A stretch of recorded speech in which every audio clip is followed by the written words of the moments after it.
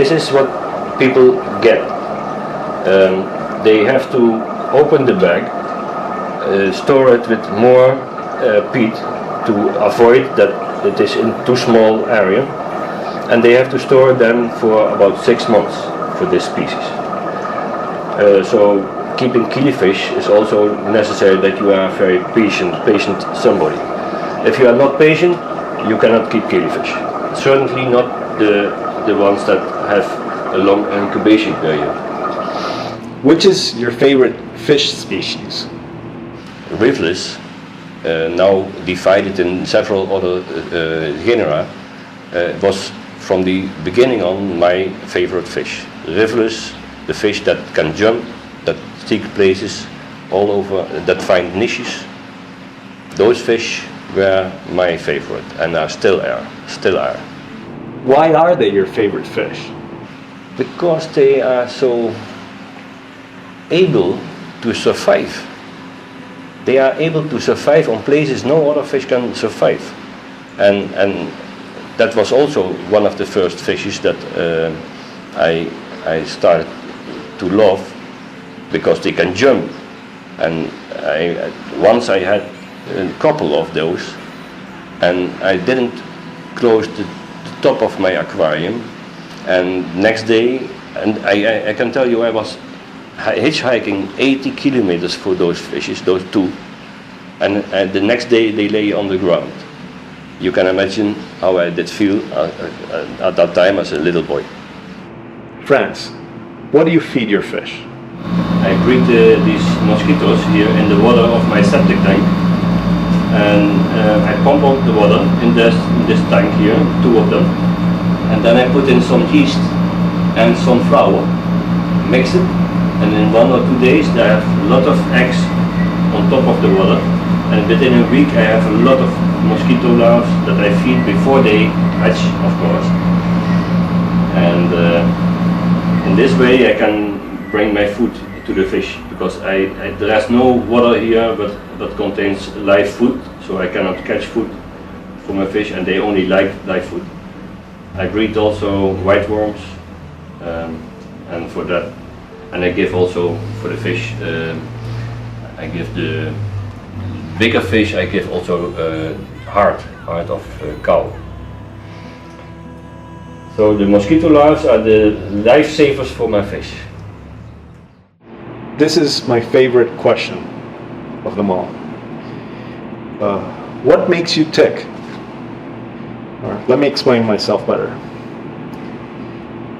What drives you to go all these places and explore and look for new fish species, and why do you explore? What makes you tick? Many people think that it is to discover new species, but in fact I want to follow the steps from people that did that before me, like Alexander von Humboldt, like Wallace. Those people explored in the late 80s those countries without having no knowledge about where they go. That was really an adventure, and I wanted to find those fishes again and see them alive, bring them for my camera, and give access to their beautiful colors and their behavior to people around the world. And for that reason I went into those countries, not to find only new species, which I did of course, but to find those ones that are already known but only were dead, stuffed in alcohol in musea, and nobody know what they look like in real. So I brought many fishes that were discovered in the late 1800 or beginning of 1900. I brought them for the camera and brought them to the people and distributed them also through the world. And that was the tick that I had. To store them, the eggs for other people that want to have this species, I store them in this little vial.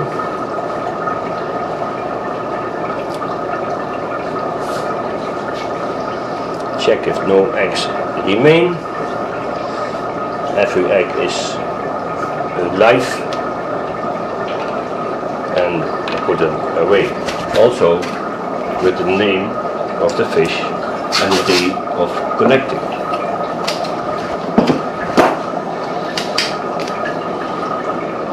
And doing so, I can spread out the species I found in Venezuela, in this case on Isla Raton, spread out all over the world. Renova, Oscar. A beautiful fish. Do you have a curious anecdote from your expeditions? Something you'd like to share? The first anecdote that comes to your mind when I'm saying this. In Holland, if there's some animal running over the road, you try to avoid to hit it. But in Guyana, any animal that is living and you can eat it, you will try to hit it, because then you have some food at the end of the day. So once we went on a sand dirt road in Guyana and we saw armadillo running over the road. And the guy next to me, I was on the wheel, the guy next to me said, and that was the owner of the car, hit it, hit it! And I, not thinking about the poor animal, drove the car into the ditch at the side to hit the poor animal. And we did. And that night we eat armadillo. Beautiful, dark meat. So after that, and I was driving with this guy, and we saw an animal. Always the first thing we hit it, hit it. That was fun, but not so good for the animal. Dog. And I put it here.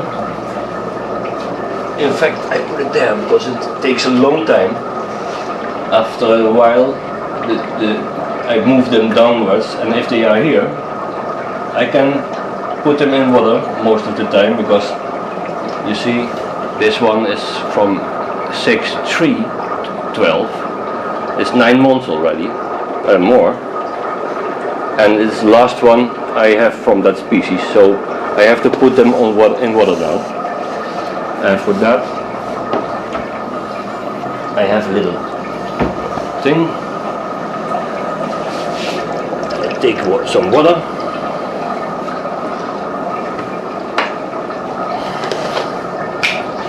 It is dry peat, but the eggs are still inside. You cannot see them because they are dark now, because the fish is in there. Sometimes I have to check before I put them in the water if the eyes are eyed up, what they call. If you see the iris through the looking through you to the cambium, to the egg shell, then they are ready for coming out. And most of the time it takes only 2 hours, 1 or 2 hours for them to hatch. And then you see like this here. So I pour the water, stir the little thing that the eggs go down, and put it away for waiting that it is the eggs come up. It will hatch within about 1 or 2 hours.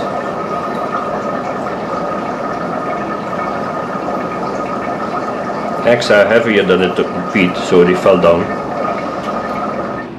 Which do you think has been your greatest achievement in the aquarium hobby?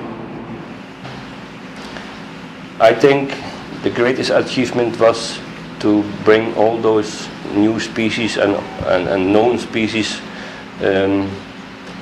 onto a site that I made, a site that is called It Rains Fishes, that itrainsfishes.net, in fact, because I wanted to bring all those nice color fishes and all the stories I had, including the history of where the fish was found, and in one site together, because many people put something on a special fish in a site or in a, what we call now the social social media, but nothing was together. And I put a site with all the fishes only from South America, because you have to make choices in your life.